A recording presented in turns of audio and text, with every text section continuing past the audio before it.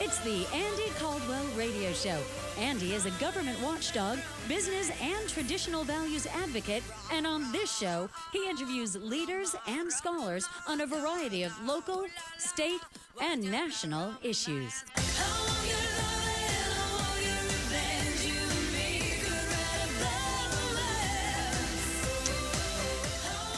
I'd like to welcome you back to the show. My guest is Marc Treitler. He founded the Red Rose Bud Foundation. He is an author of a couple of books written with his daughter on something that is just absolutely incredibly important to our society, and it has to do with addiction. And Alcohol, Drugs, and You, A Young Person's Guide to Avoiding Addiction. And the first book, My Dad is an Alcoholic, What About Me? Marc, welcome to the show. Thanks, Andy. Pleasure to be here. Well, thank you. I want to, and correct me if I say something wrong, but I read your testimony, so to speak, and I would. Sure. There's this phrase of functional alcoholics. Some people think alcoholics on Skid Row. There's other people that are drug addicts and alcoholics that are in high-profile, high-powered positions, and they're doing quite well, but they're still got a problem. Yeah, it's really a dangerous classification because I was, quote, considered a functional alcoholic, still, having advancing in the business world and 2 kids, wife, dog, picket fence. But it really just gives the person that's called a functioning alcoholic an excuse to drink more because, hey, I'm doing great. I'm not on Skid Row. The reality is if someone's a true alcoholic or an addict, they're progressing along the same dangerous path, whether or not they're staying at the Ritz-Carlton or sleeping under a park bench. Could you define alcoholism and addiction? Yeah, there's a lot of different ways to define it, but I like to use a very simple test. If you cannot stop drinking once you start, and those listening to the show that have that know what I'm talking about. So if you go to a baseball game or the track and have a couple beers and everybody else stops and you still continue, and it seems to happen time after time after time, you probably are an alcoholic and have something you need to look at. And the other thing is when it changes from becoming a something that you want to something that you need. So hey, I want to go out and have a couple beers. After a hard day of a hard week of work is fine for some people, but when it turns into I need to figure out where I'm going to get a couple beers, and that's every night. Changing from a want to a need is really a sign of an alcoholic or a drug addict. Now, what's a distinction? Is there a distinction in your mind between somebody that is addicted to alcohol versus other drugs? Like some people take the opioid crises. Some of those people started that because their back went out or they got knee pain or this, that, and the other, and they got addicted to something in an escape from pain. Yeah, once the addiction sets in, there's no difference. Whether or not, it was me having to figure out how to get those drinks every night after work and on the weekends, or if it's the person that innocently or not innocently got addicted to pain pills, they have to figure out how to get those pills every night. Or, if they change from pills to heroin, still their focus is how to get that heroin that night because it's a need, not a want. So, no, there's really no difference between the nature of the addiction itself or even how your brain reacts to the alcohol or the opiate. And it's very easy for an opiate addict to change the addiction to alcoholism or an alcoholic to go to opiate addiction, but you're still an addict, so it's not really curing anything. Well, I'll tell you, I love sharp, clear, concise language. And you wrote about 2 or 3 sentences here I'm going to read to our audience. I think it's just absolutely brilliant, on point, and so easy to understand. It says, You have to realize that your life is unraveling or becoming unmanageable, as AA says. You also need to have something in jeopardy more than you love alcohol, something that might leave, something you might lose. The idea of that loss must scare the addict more than the fear, physical, mental, and emotional, of losing the substance. For many people, that is losing a job, wife, freedom, or children. And here's the killer. For most addicts, there is never such a realization. Yeah, unfortunately, a lot of people call that having a bottom. So, your wife threatens to divorce you, or there's an intervention with all your loved ones sitting around a room. And in those cases, it's very easy, to weigh one versus the other. All right, will I go to rehab and give up this alcohol, or will I give up my children and wives and parents sitting in front of me? But most addicts aren't presented with that. They might be presented with, you have to go to jail for a DUI, but most addicts are never presented with the clear choice of you are going to lose X, Y, and Z, your job, your wife, your family, or you give up your alcohol. And it's something very powerful to give up, and it takes a very strong will to make that decision to go to rehab and start. Okay, and so now here's my most important question of our interview. What you just inferred is the family has to force the choice versus being what's called a codependent enabler. Yes, and I will start off by saying this is very hard to do. It's very hard for a parent or a loved one to take a hard stand. That said, there has to be consequences for not getting better. It's too easy to stay in the disease. It's the comfort zone. You have to be scared out of your comfort zone, by your wife and kids sitting in a room with your parents at an intervention saying, we're all leaving you.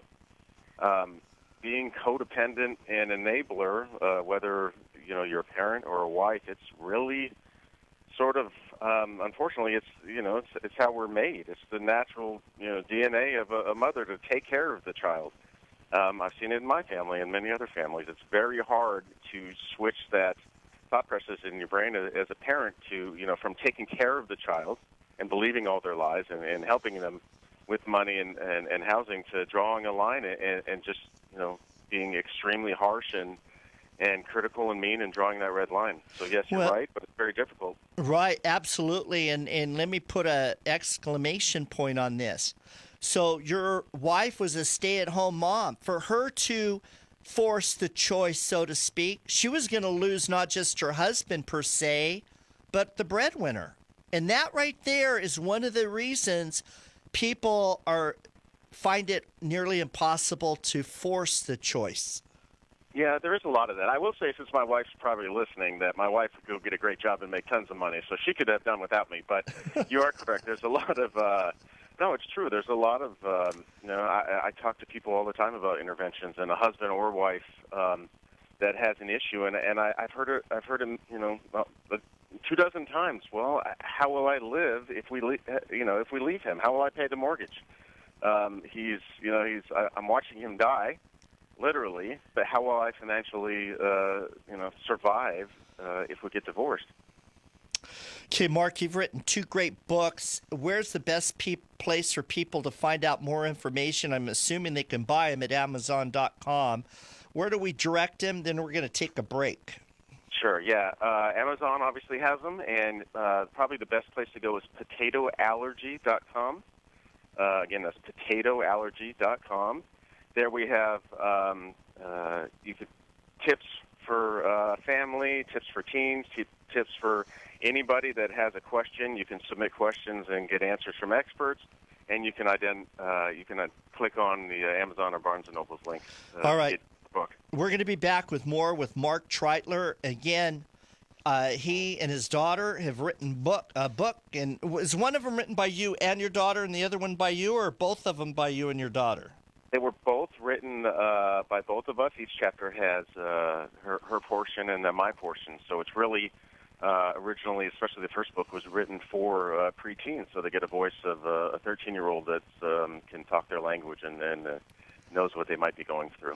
Okay, folks, when we come back, we're going to talk more specifically about breaking addiction. One of the reasons he wrote this book is he wanted to break addiction cycles in the next generation before they got addicted. You're listening to the Andy Caldwell Show. We'll be right back. Stay tuned.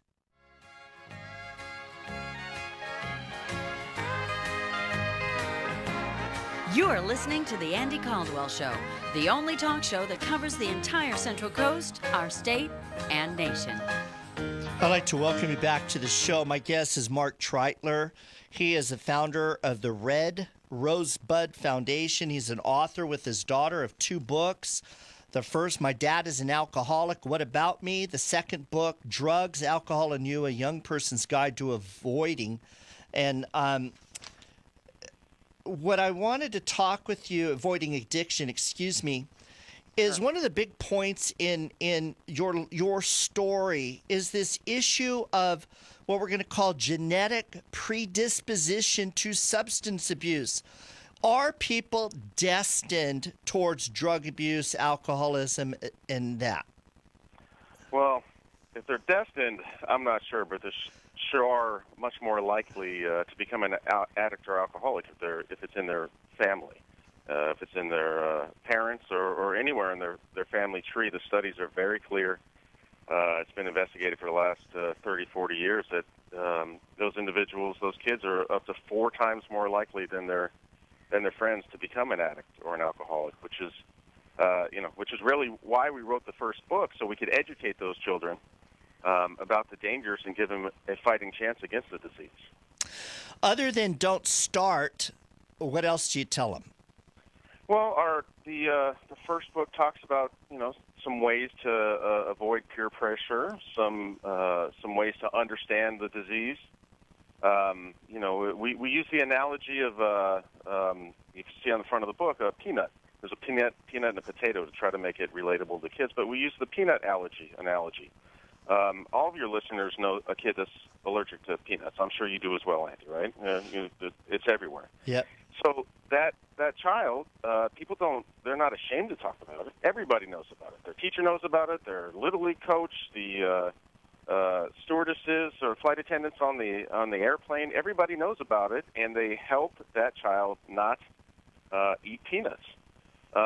Science has shown that being an alcoholic or an addict, having it in your genes, you're sort of allergic to alcohol. Your brain reacts differently. So we're calling it an allergy to potatoes or alcohol. And why aren't those? Why isn't that discussed? Why don't the teachers or the friends of the or the parents of the friends, why don't they know that the child has alcoholism in their genes and treat them differently? So our book gives a lot of tools, from using the allergy itself as an excuse to push back on peer pressure, to understanding really what they're looking at. And if they have 6 months worth of drinking in college, they can become an alcoholic for life. Whereas someone that doesn't have it in their genes is very unlikely to have that same problem. Let's talk about this issue of some people say I'm a recovering alcoholic for the rest of their life.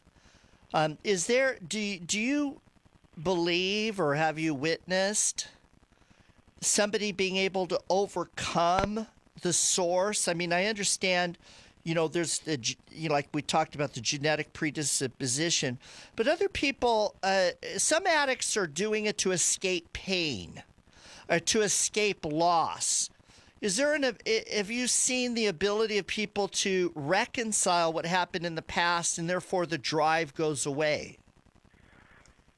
There's 2 parts of that. There's the drive, and then there's the physical addiction.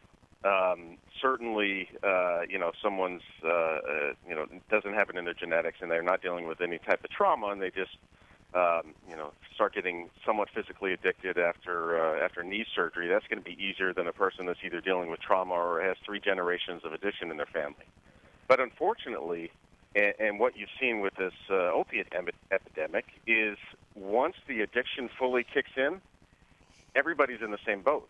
It's not if someone that had surgery and they turn from 2 Vicodins a day to buying heroin off the street, and they weren't an addict prior, they're still in the same boat as someone that's had alcoholism in their genes for 5 generations. So once addiction kicks in, it really changes your genetic makeup from that point forward. Let me ask you this question, and I know that you're not a historian or a doctor or anything, but I'm sure you know more than most of them do. Did we have a predisposition for the entertainment of the high in previous generations, or did this kick off in the 60s? Alcoholism has been around, Right. Since the cowboy times. If Pop, if Grandpa died a drunk, Dad was going to be a drunk, son was going to be a drunk on the ranch, right? We've all heard those stories and seen them. I think certainly the attitude of free love and free drugs, opened up people a lot more to using drugs and not thinking about the consequences, and certainly that directly leads to addiction. Not to mention, there's a portion of my book about the trend to legalize marijuana. That's doing the same thing now to our kids across the country. Well, we're in the throes of that. California had legalized it for medical use, and then that was a charade because anybody could get a medical card to get it. But now we've legalized it for recreational use, and we're in the throes of that right now as far as which cities and counties are going to allow it to be grown, where it's going to be sold, and then who's going to clean up the mess afterwards. But one of the mantras in the 60s was do it if it feels good, and don't judge me. Those things were new to me in terms of our societal evolution, and that, to me, it was de-evolution. And there's this thing, like I said, some people are hurting, so they use drugs and alcohol to mask the pain or to escape the pain. But there's other people that want to get high. They think they're enjoying or going to enjoy what the drugs or the alcohol promise to deliver. And even after they crash, they keep buying into that lie. Yeah, you're right. There's a different initial approach to it, but what they're getting out of it is the same. Whether you're masking depression or trauma or you're just trying to get high, you're still trying to get to that same place. And what that mantra in the 60s, what they should have said was, try anything, and by the way, you might get addicted for the rest of your life.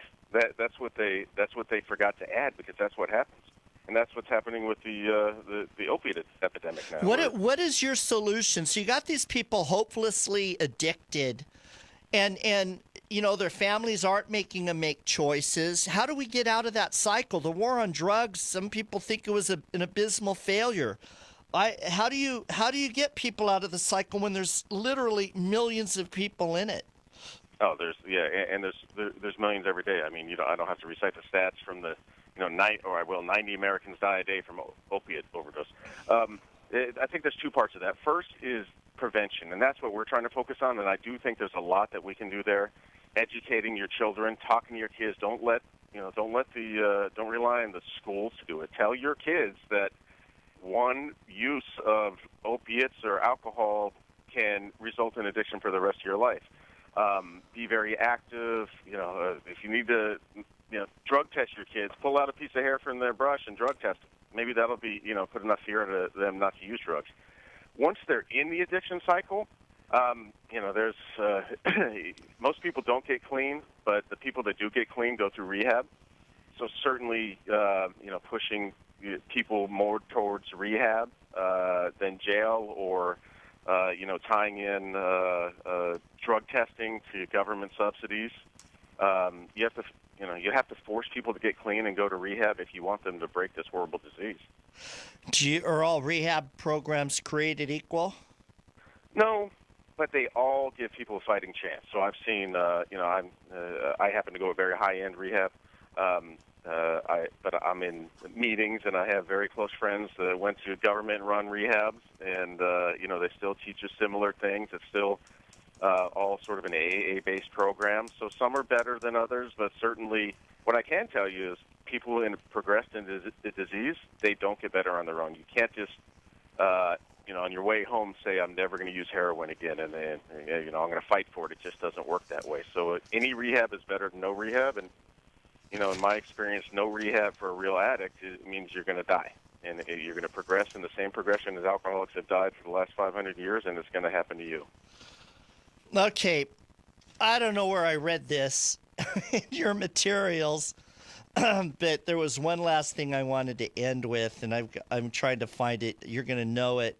And that was I think it was willing and trying wasn't enough. Does that sound familiar? Yeah, that's every addict and alcoholic story. And it's a very odd thing because, many of us can set our mind on something and we're really good at doing it. I'm one that's that way. I've succeeded in, most everything I've tried because, you put your full effort into it. But that doesn't work for beating addiction. It sort of has the reverse effect. You have to just give up and let somebody else try to help you. And for, strong-willed people, type A people, egocentric people, which really defines a ton of addicts and alcoholics, to say to yourself or to another person, I really can't beat this on my own, can you help me, is a huge step that, a lot of people never take. And can that other person be God, or does a God, a higher power, have to be involved?